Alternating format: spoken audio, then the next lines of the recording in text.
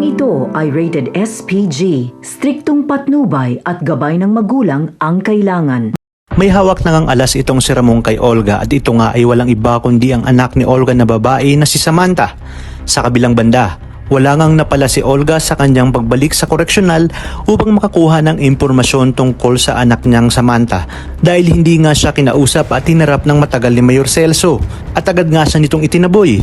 Ayon pa nga kay Mayor, natigilan na umano ni Olga ang pagpakita sa kanya dahil wala itong mapapala. At anumang oras umano ay pwede niyang sabihin kay Tanggol ang pinagagawa nito kay Tanggol. Wala namang binanggit si Mayor kung sino si Bubbles sa kanyang buhay. Bagkus pinaniwala niya si Olga na itong si Bubbles ay isa sa mga preso na itinuturing siyang pamilya dahil ulila na ito at malaki umano ang utang na loob ni Bubbles sa kanya.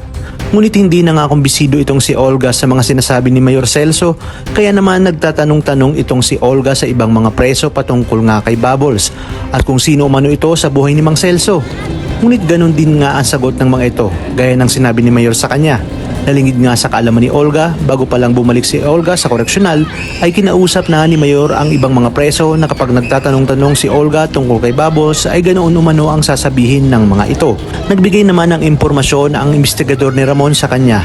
Ayon nga sa investigador ni Ramon na madalas umanong magtungo sa koreksyonal itong si Olga at madalas nang kinakausap ang mayor sa selda na si Mang Celso. Ayon pa nga sa investigador ni Ramon na narinig pa umano nito na minsan ay tinawag pang tatay ni Olga ang mayor sa selda.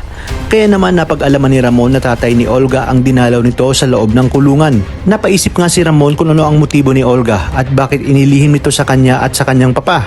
At bakit napaniwala sila ni Olga na wala na itong pamilya at ulila na ito.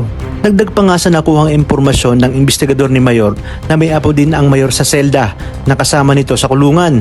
Kaya naman mas lumakas ang hinalan ni Ramon na wala nga sa ibang bansa ang anak ni Olga na babae at sigurado umano siya na ang apo ni Mayor na si Bubbles ang anak ni Olga.